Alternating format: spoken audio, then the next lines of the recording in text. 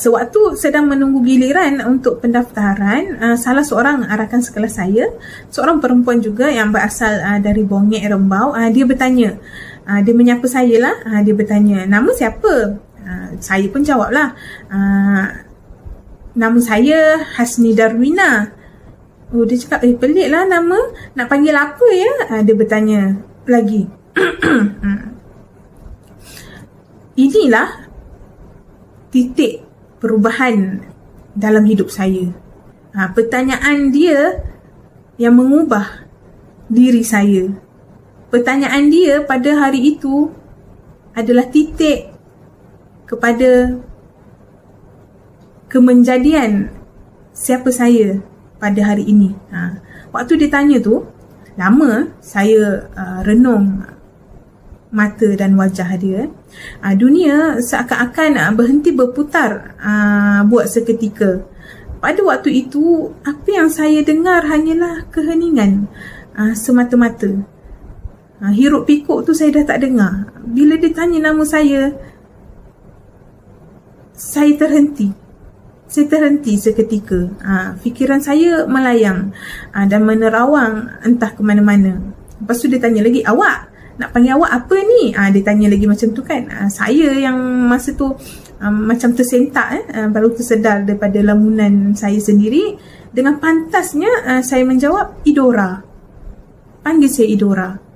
Tak tahu dari mana datangnya nama tu, tetapi itulah nama yang terbit dari mulut saya saat itu. Waktu itu saya tekad, saya hendak berubah. Saya tak mahu hidup dalam bayang-bayang ketakutan lagi. Saya hendak menonjol. Saya mahu dikenali. Saya mahu kewujudan saya disedari. Saya mahu hidup. Jadi, saya buang semua benda yang membuat saya rasa diri saya tak berguna. Saya lahir semula menjadi individu yang berbeza. Inilah tujuan saya memohon untuk masuk ke asrama. Saya hendak berjumpa dengan orang baru. Saya hendak tinggal di dalam environment yang baru, yang asing. Saya hendak bermula semula di tempat yang tak ada orang kenal saya sebelum ini. Keputusan saya nampaknya sangat berhasil. Saya agak bangga dengan diri saya pada waktu itu, di mana remaja berusia 15 tahun, 16 tahun yang sedang struggle cuba untuk bangkit, cuba untuk mengubah dirinya. Jadi keputusan itu bagi saya adalah satu keputusan yang sangat-sangat patut saya raikan pada hari ini, kerana bermula dari itu saya tidak lagi mudah memarahi diri saya sendiri apabila terjadinya perkara-perkara yang di luar kawalan saya.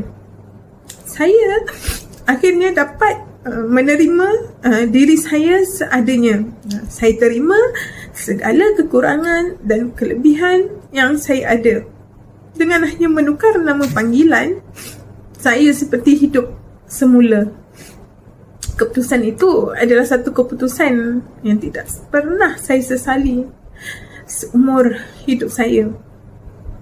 Dan untuk membuat diri saya tampil dan kelihatan dengan lebih yakin dan berkarisma, saya menggunakan alat solek pada wajah. Dan sejak itu saya tidak menoleh ke belakang lagi. Walaupun masih ada yang mengejek dan mengatakan saya cantik hanya disebabkan solekan, dan jika tanpa solekan wajah saya masih lagi sangat buruk dan hodoh, saya tidak lagi berasa sedih. Saya malah akan turut ketawa bersama mereka. Itu adalah satu bentuk mekanisme yang saya gunakan untuk menghalang perasaan lama daripada muncul kembali dalam diri saya. Di dalam masih ada rasa tersinggung yang menggunung, tetapi cukup Setakat itu saja. Saya memutuskan untuk tidak lagi mendengar kepada hal-hal yang negatif yang boleh meruntuhkan diri saya sekali lagi. Saya tidak tekankan kejayaan akademik untuk diri saya kerana saya tahu jika saya baca buku dan belajar, saya mampu menjadi pelajar yang sangat cemerlang. Tetapi saya hanya fokus kepada kesihatan jiwa dan mental saya. Jadi saya sekadar berakhir dengan segulung diploma sebagai 3-pointer student saja, sebab saya tak pernah ulang kaji pelajaran. Hantar assignment pun selalunya lewat. Tarikh akhir submit pukul 8.30 pagi, pukul 5 hingga 6 pagi baru saya mula buat assignment. Pukul 8 suku pagi barulah nak pergi print dan binding. Lepas tu macam tak cukup tanah lah. Berlagi ke bilik pencara untuk menyerahkan tugasan. Di universiti, saya menikmati hidup saya sepenuhnya sebagai Idora Darwina. Jadi, belajar itu adalah hal yang kedua. Cuma saya akan pastikan jerih perih, penat lelah dan segala pengorbanan emak dan ayah saya tidak tersia-sia. Saya akan pastikan sekurang-kurangnya pointer saya tidak pernah jatuh di bawah 3. Kejayaan yang paling besar dan amat bermakna dalam diri saya adalah apabila saya mampu untuk hidup gembira dan bahagia dengan diri saya. Saya berjaya apabila saya dapat menerima diri saya sendiri. Itulah puncak nikmat hidup ini buat saya. Bukan gelaran, bukan pangkat, bukan jawatan dan juga bukan kekayaan. Alhamdulillah, saya sekarang adalah seorang ibu dan isteri yang sangat bahagia di samping suami dan anak-anak saya. Saya seorang suri rumah yang tersangat bahagia. Itulah sedikit perkongsian segmen kisah inspirasi Citra Ramadan 2022 daripada saya. Terima kasih kepada pihak TV Unik KH, uniknya inspirasi kisah hidup, kerana memberi ruang dan peluang untuk saya berkongsi tentang rasa yang selama ini hanya terpendam di dalam jiwa. Cikgu, saya tidak gagal. Saya hanya struggle. Dan waktu itu tak ada siapa yang memahami diri saya. Jika masih ada usia, saya percaya cikgu akan bangga melihat saya yang sekarang ini jauh berbeza dan jauh lebih baik daripada diri saya yang dahulu.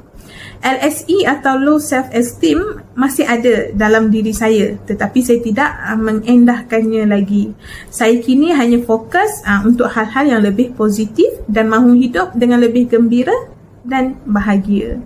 Kepada anda yang sedang mengalami situasi yang hampir sama dengan saya, you owe it to yourself to be great. Mungkin ada orang akan menganggap kita mementingkan diri, tetapi tidak. Kita tidak pentingkan diri. Kita hanya bangkit dan menyerlahkan potensi diri. Kita perlu menjadi contoh untuk hidup seperti mana yang kita mahu. Kita perlu hidup dengan cara yang kita mahu. Live the life that we want to live. Jangan bersembunyi lagi. Kita perlu menjadi contoh yang kuat supaya langkah kita akan diikuti. Supaya orang-orang seperti kita berani untuk wujud. Supaya orang-orang seperti kita berani untuk bersuara. Segala-galanya bermula dengan diri kita sendiri. Strength, courage, determination and a beautiful life, it starts with us. Tak ada siapa yang boleh dan mampu mengubah diri kita, melainkan keazaman itu datang dari diri kita sendiri. Enough is enough. Bangkit, hidup dengan gembira, cari bahagia kita. Because we are matters. Gembira dengan cara yang sederhana, berbahagialah dengan sepenuh jiwa. Sehingga berjumpa lagi di dalam segmen yang seterusnya. Assalamualaikum.